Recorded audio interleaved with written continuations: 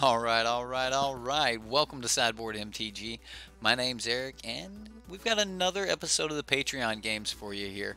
Today, we're going to be playing another copy of Squee. Like everyone likes Squee, right? Squee the Immortal. We've got a deck here by Albatross. Now, this is a little bit different from the last Squee deck where we played Lost Legacy. It was a black-red Squee deck. Used things like Scrap Heap Scrounger and to kind of get more use from Squee.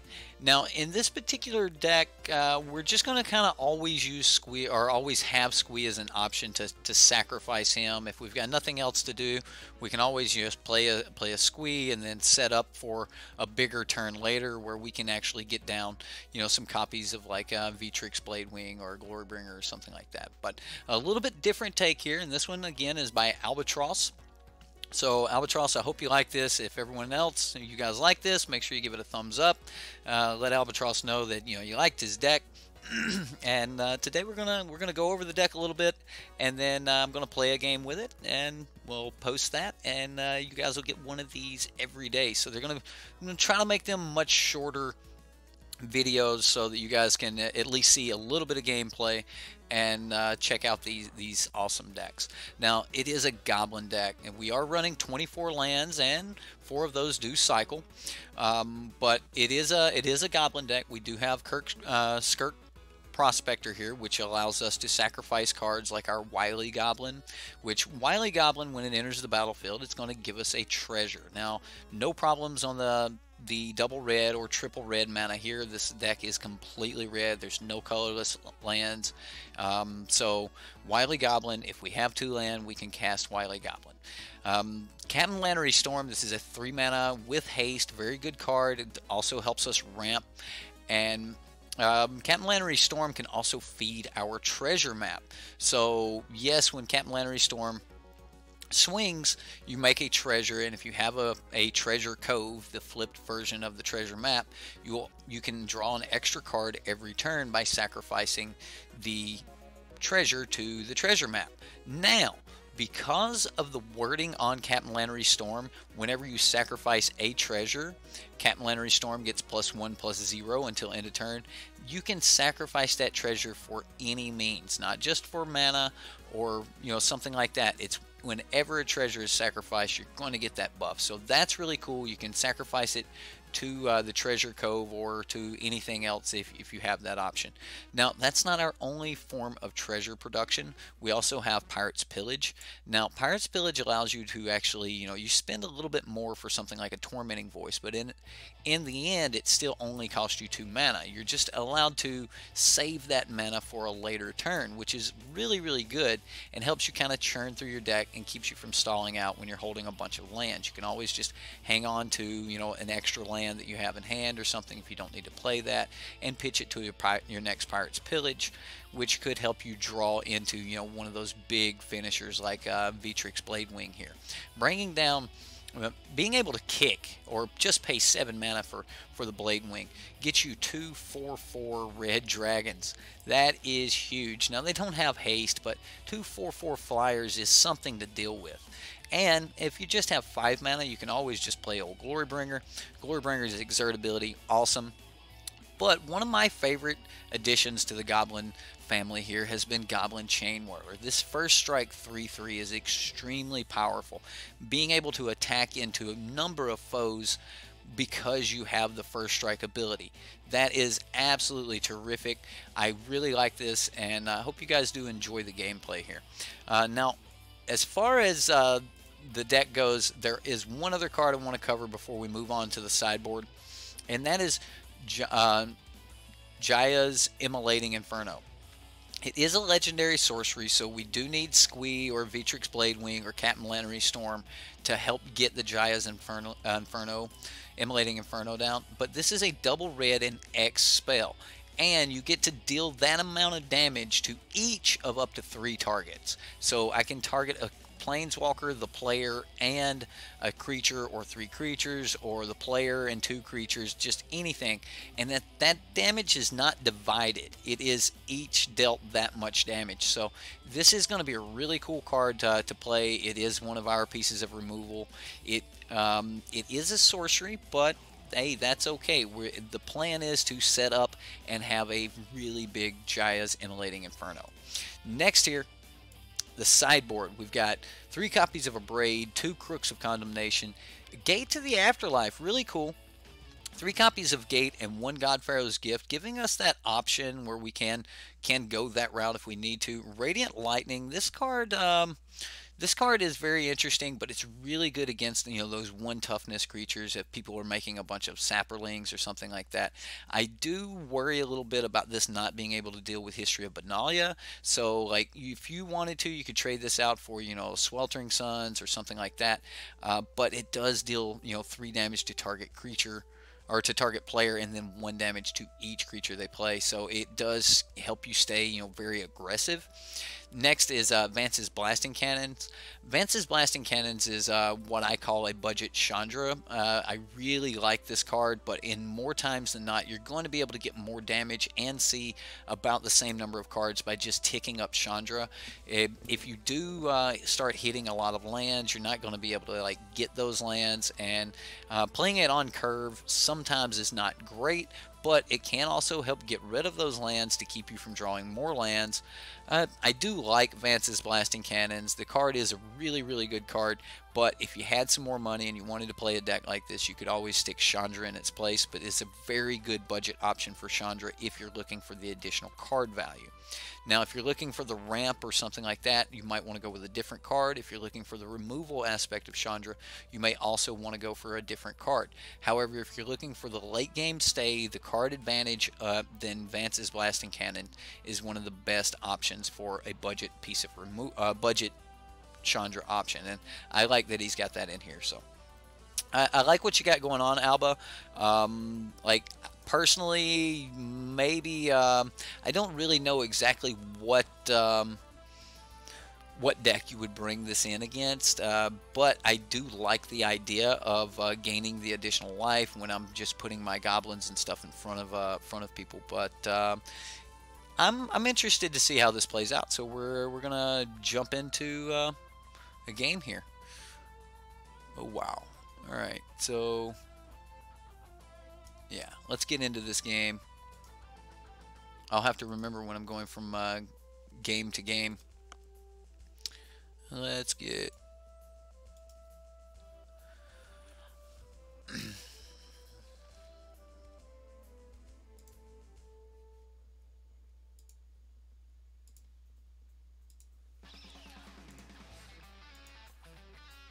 there we go. Maybe that'll bring it back.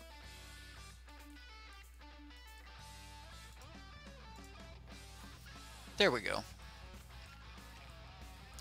All right. Trying this preview here, and it's trying it best. Trying something new here.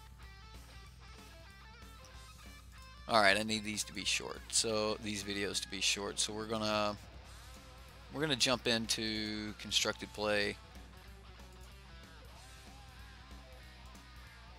and just post. Someone will find us again. And every time I do that. Alright, so yeah, every time I do that.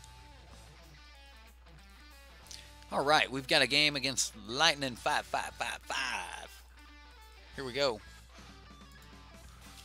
Good luck, have fun. Okay, I'm okay with all these lands. I don't have a lot going on turn 2, so I might cycle.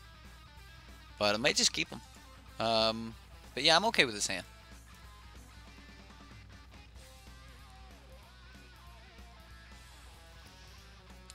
I guess the draw is really going to tell us a lot, like how this hand's going to shape up. Another land, so we're definitely going to be cycling on turn 2. So I'll just go ahead and play this, and we'll get in for a little bit of damage. You know, 1 point on 2 shouldn't be too bad. Unless he plays like a Glint Nest Crane or something here. Or we may just burn it. Strategic planning. Ooh, wow. Haven't seen anyone play this in a while. It's a good card. I like strategic planning.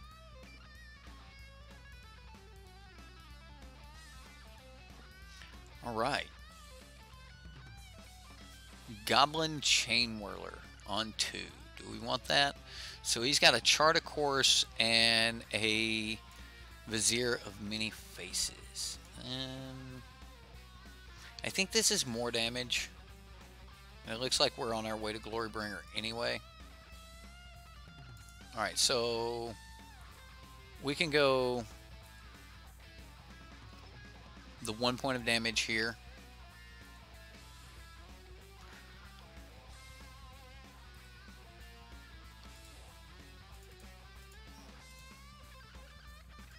And just sacrifice the Prospector.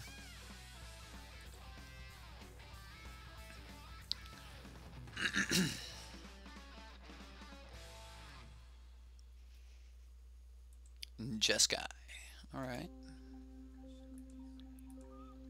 And we'll try to get in here. I don't think that a deck like this is going to have a lot of removal.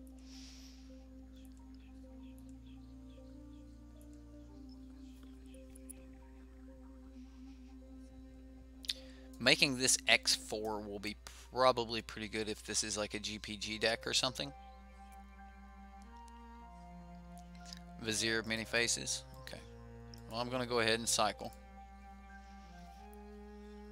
Another Glorybringer. That's not horrible.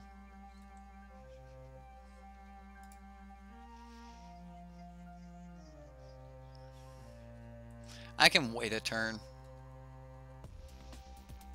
I mean, if we don't attack, if we attack, then his Vizier goes to the graveyard. That's kind of where he wants it anyway. If we don't attack, then we can play Glorybringer and Glorybringer it down.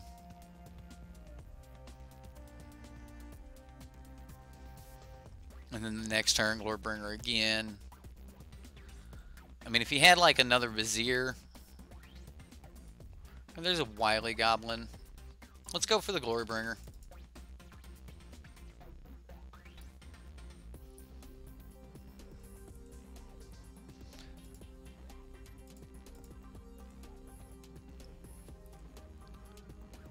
And this will do a considerable amount of damage here. We're getting really close to him just not being able to stop us. He did just untap Settle mana though.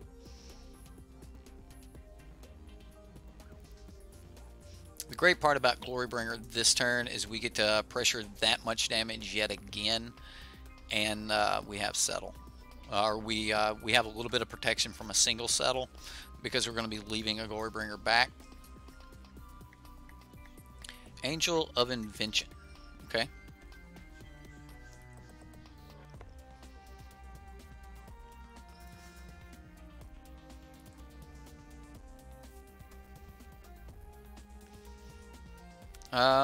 That I believe just killed him. So we'll just Glorybringer again.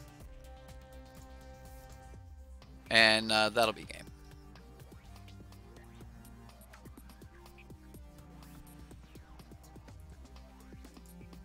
Unless he's got Unsummon, maybe?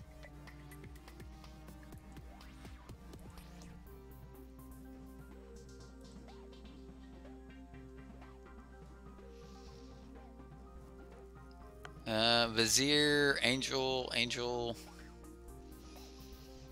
So unless he has something with haste here, I mean, he can bring the Angel back. Okay, so he's just going to hard cast his Godpharaoh's Gift and bring back the Angel. That's fine. That is fine. So he'll swing for 6.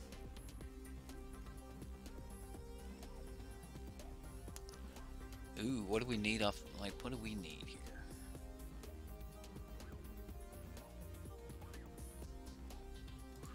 Land. So we need to do 2 damage to the Angel. Alright, so we don't have a legendary down. 1, 2, 3. There's our Squee. Now we can go 1, 2, 3, 4, and Inferno here and here. We're gonna say we want those, and we want to do 2 damage to each of those opponents. Now, we could not have cast this legendary sorcery without Squee. So, there we go. And then we exert with Glorybringer. Glorybringer will finish off the Angel of Invention, and we will do our damage to the precise amount. Well, I mean -2, but yes! All the cards. We had all the cards to get what we needed to do. Man, that was great. That was absolutely great. Alright, I'm actually going to back off on Wily Goblin for a Braid this match. And then Godpharaoh's Gift's not a bad idea here. The Crook is probably still good as well. I'm gonna cut back on, like, Pillage works really good with the Godpharaoh's Gift plan.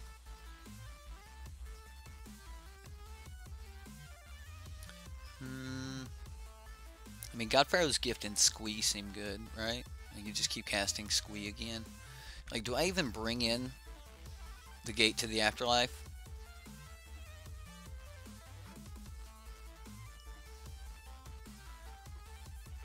Like, I almost want to take out the Immolating Inferno altogether.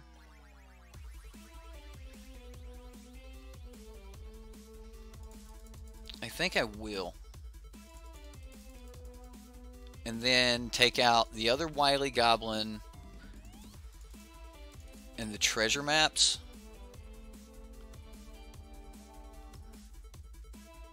Maybe if I'm going to do that, I do bring back in a couple Infernos. Let's try this. Let's try the Gate to the Afterlife plan here. He's got it in the sideboard, and I mean, we can try it for 1 game. I mean, we won the first one, which is awesome. I mean, Glorybringer, Glorybringer sounds good to me. I'll keep.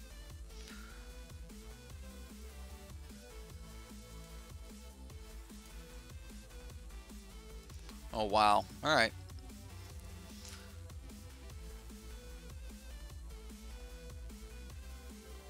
We'll cycle on 2.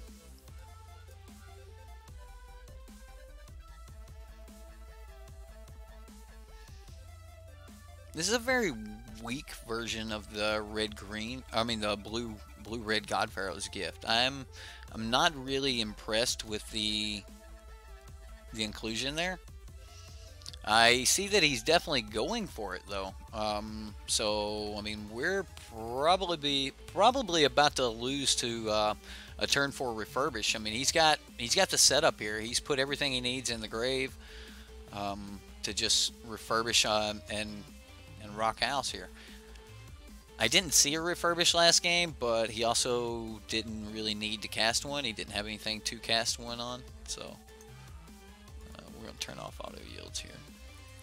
I want to make sure I don't miss the opportunity to cycle this desert.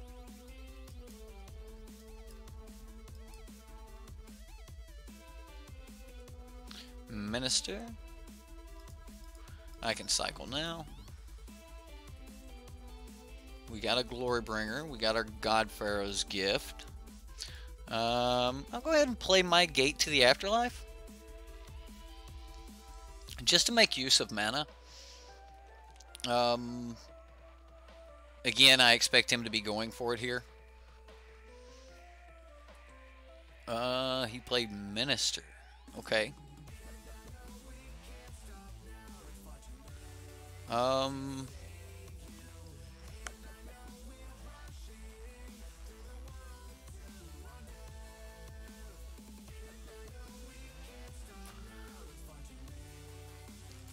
I think I'm going to play the Skirk Prospector here, and then just sack it immediately to itself to play the Pillage. I want to just go ahead and get the first Gate to the Afterlife trigger. So we're going to draw a card, discard a card.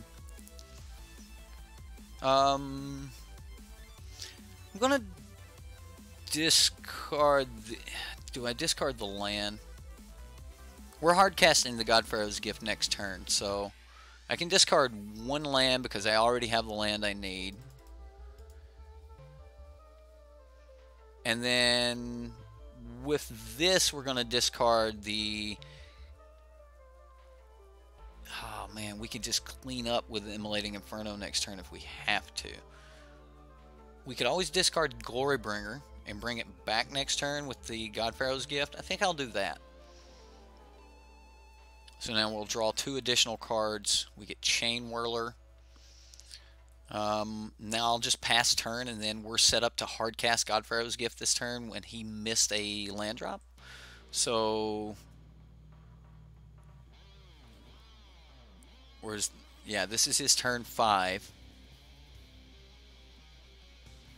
He milled land, Champion of Wits, Aether Hub.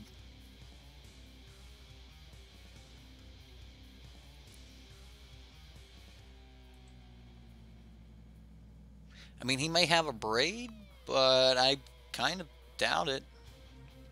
Oh, wow, there's Crook.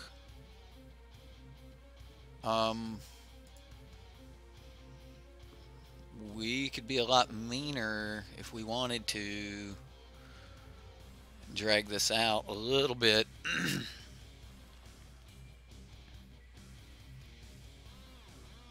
We can go 1, 2, 3. I think we just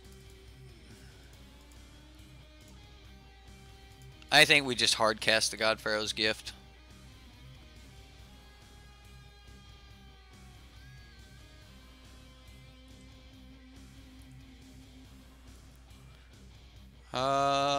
Let's go Glorybringer.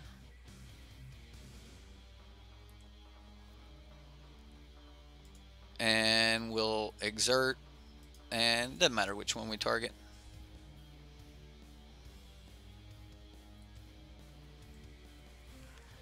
I guess he is just a single land off of being able to... He may be there. He just put a... Wow, Combat Celebrants. He's got all the things. All the things, guys.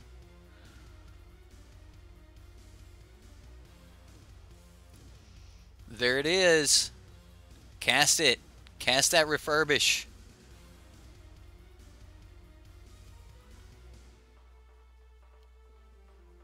There it is. He tapped for white mana. Refurbish. Yeah, I should have played it safe and played my Crook. Okay.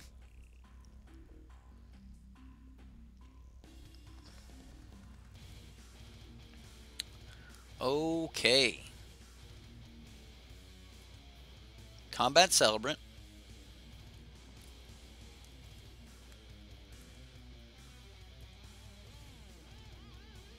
Let's pop out that graveyard of his. Let's take a look at what he's got available here. So he can Combat Celebrant. We're not dead. It's not going to be great, but we are not dead.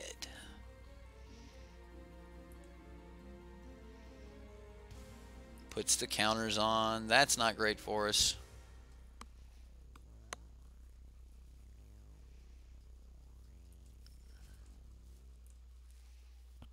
Okay, so we're at 8. He's threatening to do some crazy things. This is not enough. But, again, we're not dead. Combat Celebrant doesn't untap next turn. But he can get back yet another Angel. Next turn, we can Jaya's Immolating for... I think we just have to stop him from getting anything back.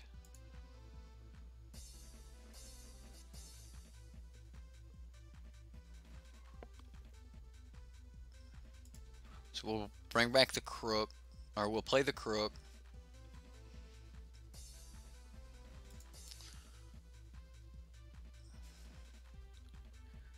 I get the Prospector.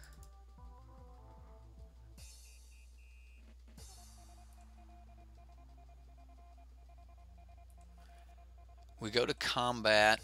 I get the Prospector here.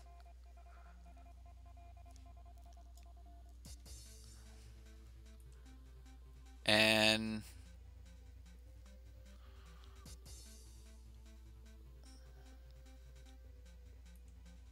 like, we can't even cast it. Like, we don't have a legendary to cast this. All right, so we're gonna take 6 here.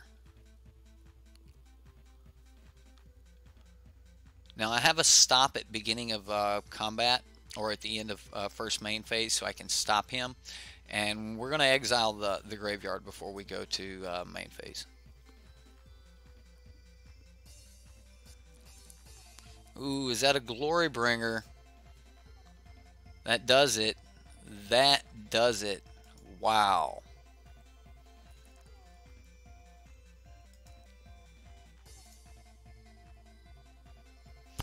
Well, we're going to go ahead and remove all cards from all graveyards. And, I mean, I guess he has a chance to not pick Glorybringer. He picked the Angel of Invention. Okay. Well, that doesn't leave us just completely dead. It doesn't have haste.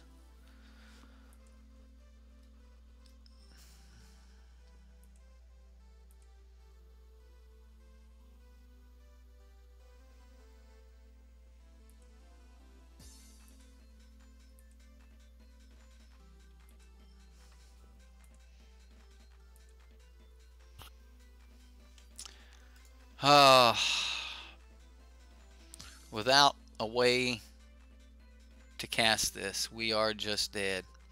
Needed a Squee or something like that. Unfortunately, we just didn't get it. Okay. Legendary sorceries, guys. I'm not impressed. I am not impressed with legendary sorceries. So, okay. I don't think we necessarily need to be the God Pharaoh's Gift deck.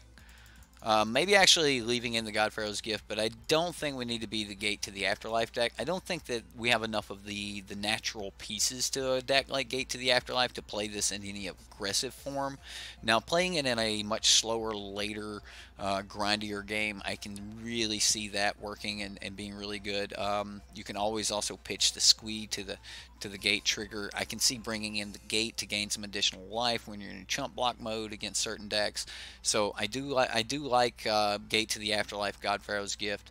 But at this point, I think I want to go back to something like Vance's Blasting Cannons.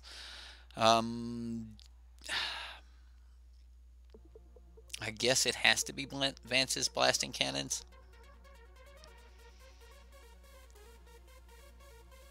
Because we're going to need that additional, like, just way to burn things. I don't see us casting a bunch of spells at one time. So maybe just one Vance's Blasting Cannons, and we'll just go with the burn here from Radiant Lightning. I'll run it back like this against this God Pharaoh's Gift deck. We've already got in the 5 main cards that we're really going to want here. But hopefully we'll see like Vitrix Blade Wing or something like that.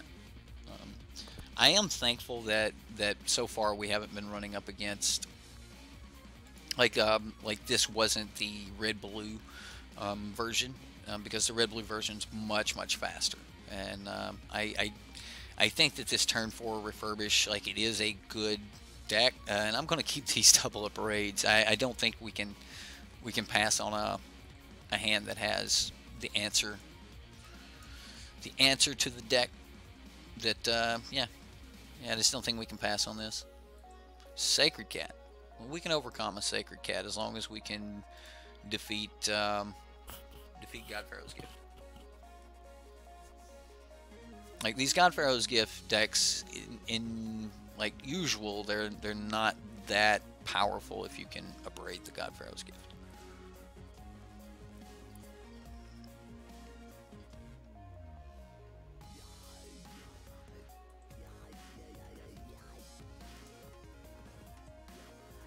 Now, depending on, you know, his dump here, we'll see.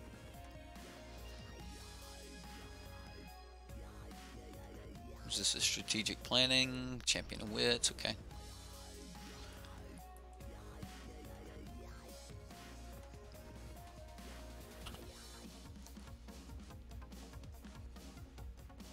God Pharaoh's Gift and Angel. Okay. Well, the cool part here is we're going to be able to Pirate's Pillage and leave up a Braid.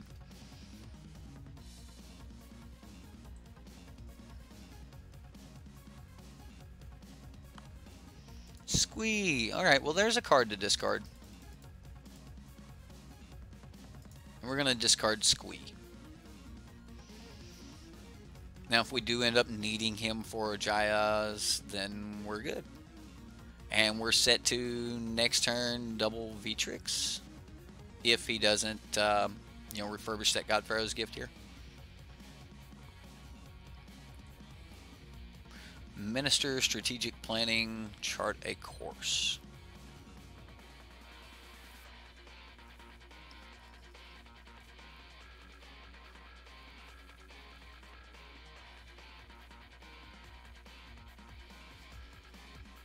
Like, this would have been a turn 5 kicked Vitrix, guys. That's pretty decent.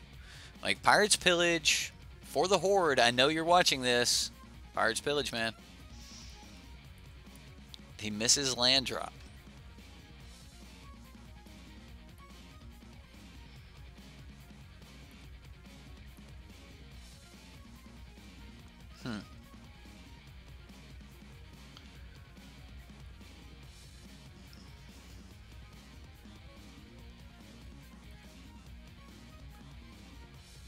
Cathartic Reunion, Vizier of Many Faces, another Angel.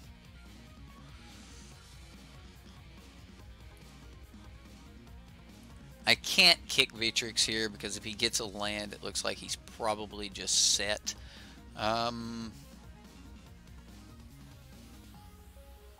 We can go Mountain and Glorybringer and just swing and just start doing damage.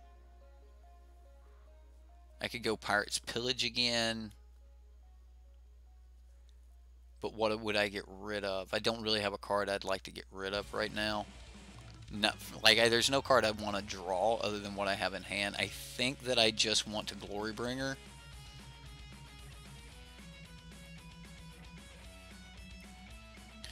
And I'll exert. I'm going to exert on the cat here. And the reason for that is I would like for him to, if he's got nothing better to do next turn, just bring back the cat. And then when I Radiant Lightning him the turn after that, we can, like, kill the embalmed cat. That's the plan anyway. There's the refurbish. Now he tries to go to combat. But we're going to destroy target artifact before he gets the opportunity.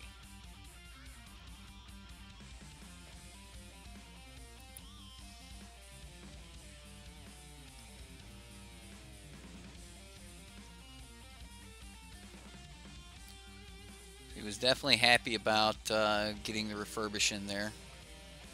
Goblin Chain Whirler. This is perfect because it allows us to keep up 2 mana.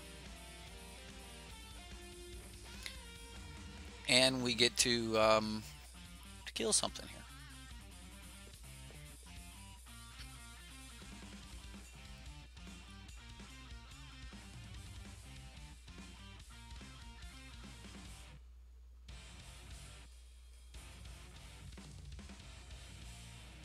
Another refurbish. Madcap Experiment. Okay.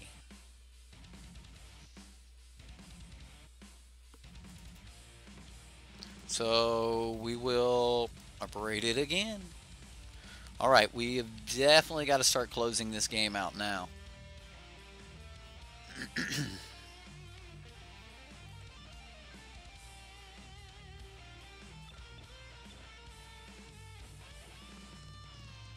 can deal 7 damage.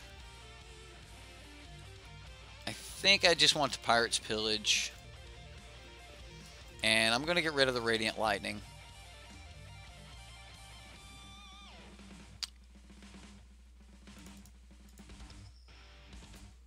The Crook is perfect here.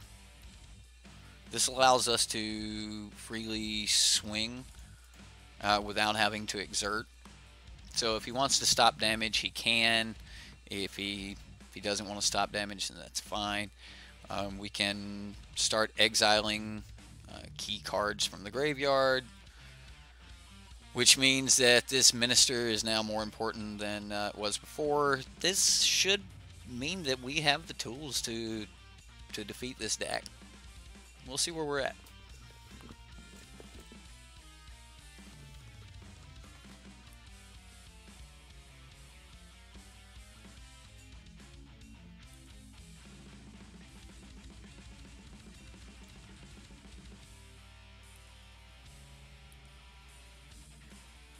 I mean, you guys could argue that we could skirt Prospector here, but I think we're fine. Like, we could have done that and still been able to, you know, exile a key card. I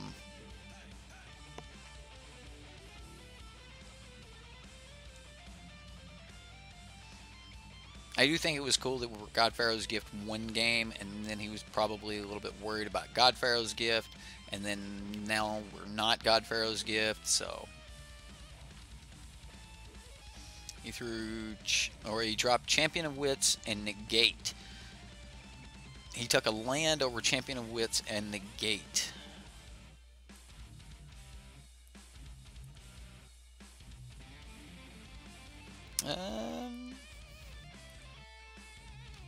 Sweet. I'll do it. I'm gonna do it.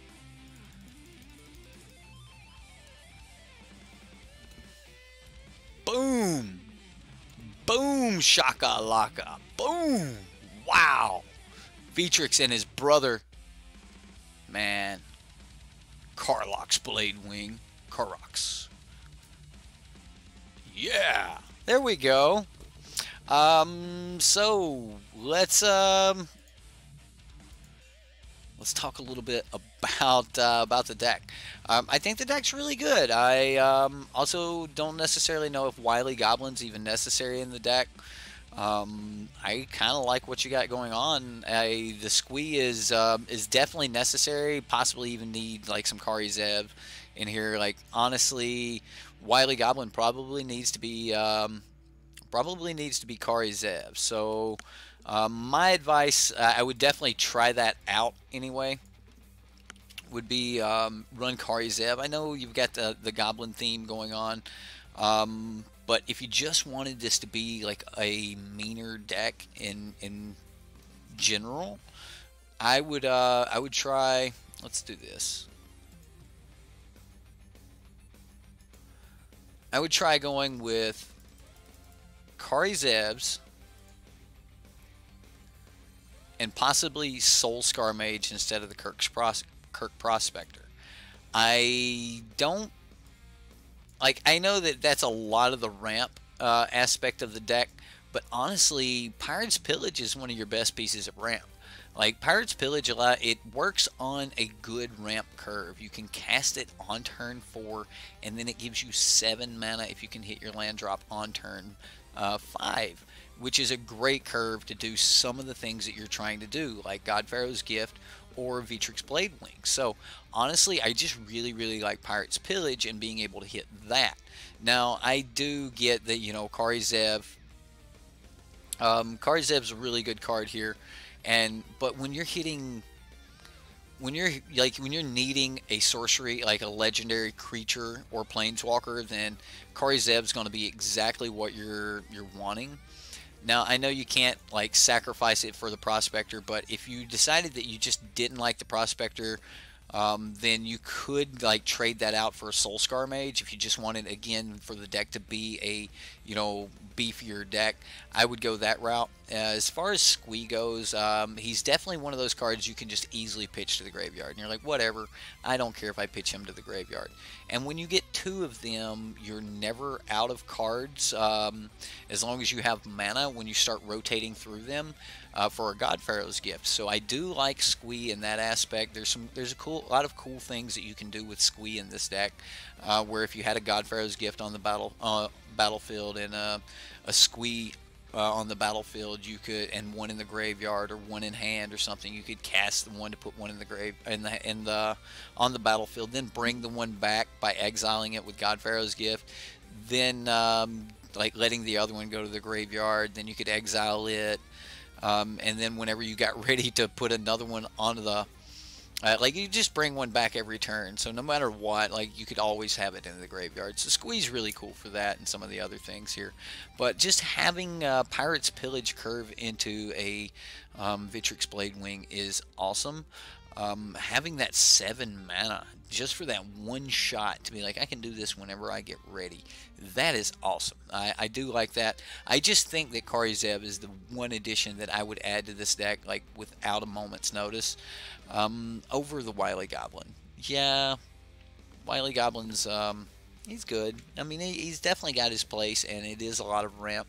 He works a lot like Pirate's Pillage, like on turn 2 if you've got your Prospector, but he's really, really dependent on you having the Prospector. So I just think that Kari Zeb's just going to be a better overall card, and I think you're going to get more chances to cast your Immolating Inferno just because you have Kari Zev in the deck.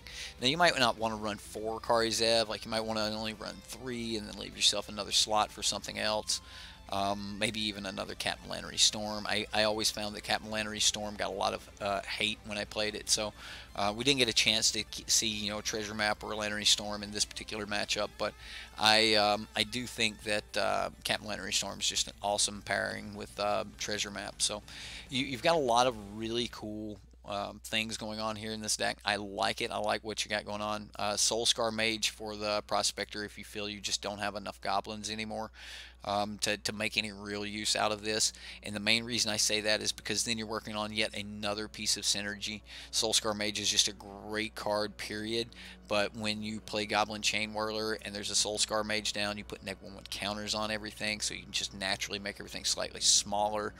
Now you're not going to have a lot of like spells and stuff in the main board to really abuse Soulscar Mage. But even if you don't, like Soulscar Mage is going to be great with your Immolating Inferno because all of that damage is going to stick. And I just think that you'll get a lot of value out of Soulscar Mage. So the other thing I would do is I would just say in this particular deck, I'm not really interested in being a Goblins deck. Wow, my fingers were not on the home keys. Wow, yeah. Home keys, you guys remember typing? I would run something like Soulscar Mage here, and then at that point I would probably try to find me another decent piece of burn. With Soulscar Mage, you also, like, your Radiant Lightnings are better, and then of course if you actually had the cards that would upgrade this to Chandra, by all means, like, it would have to happen. And again, like a lot of people only play cards that they actually own. Yeah, we're just foil Chandras out here, right? Honestly, yeah, I would probably go something like this for the main board, and that would give you a little bit more room to possibly put in maybe another God Pharaoh's Gift. I think the God Pharaoh's Gift is great in this deck. I just don't think that you actually need to be a Gate to the Afterlife deck. Gate to the Afterlife's fine, but I think that you could probably get away with just having your God Pharaoh's Gift and casting them off of like Heartless Pillage. So like, I think that would be a good way to go. This Chandra's bother me.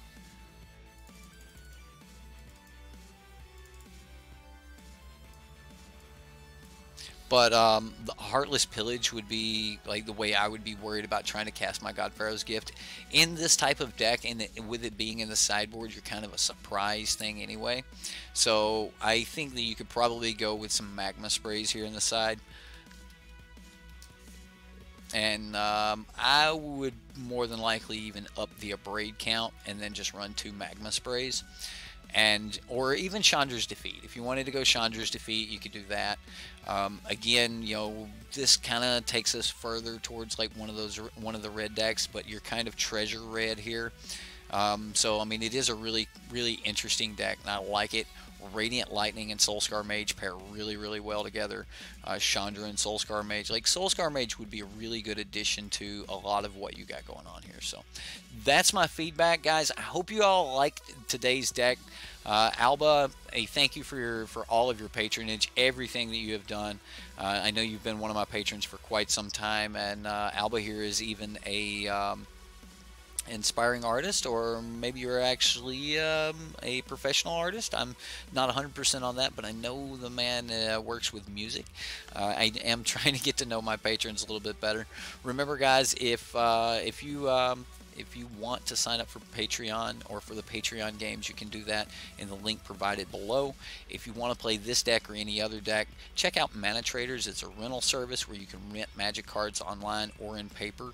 They got a lot of different packages to help suit whether you're just needing to supplement an already decent collection, or if you just need to rent outright, you have 0 cards and you just want to be able to play Magic. Then they've got some packages for each different style of players. So either way, guys, my name's Eric. I've had a lot of fun. I hope you've had fun, and we'll see you next time here on Sideboard MTG.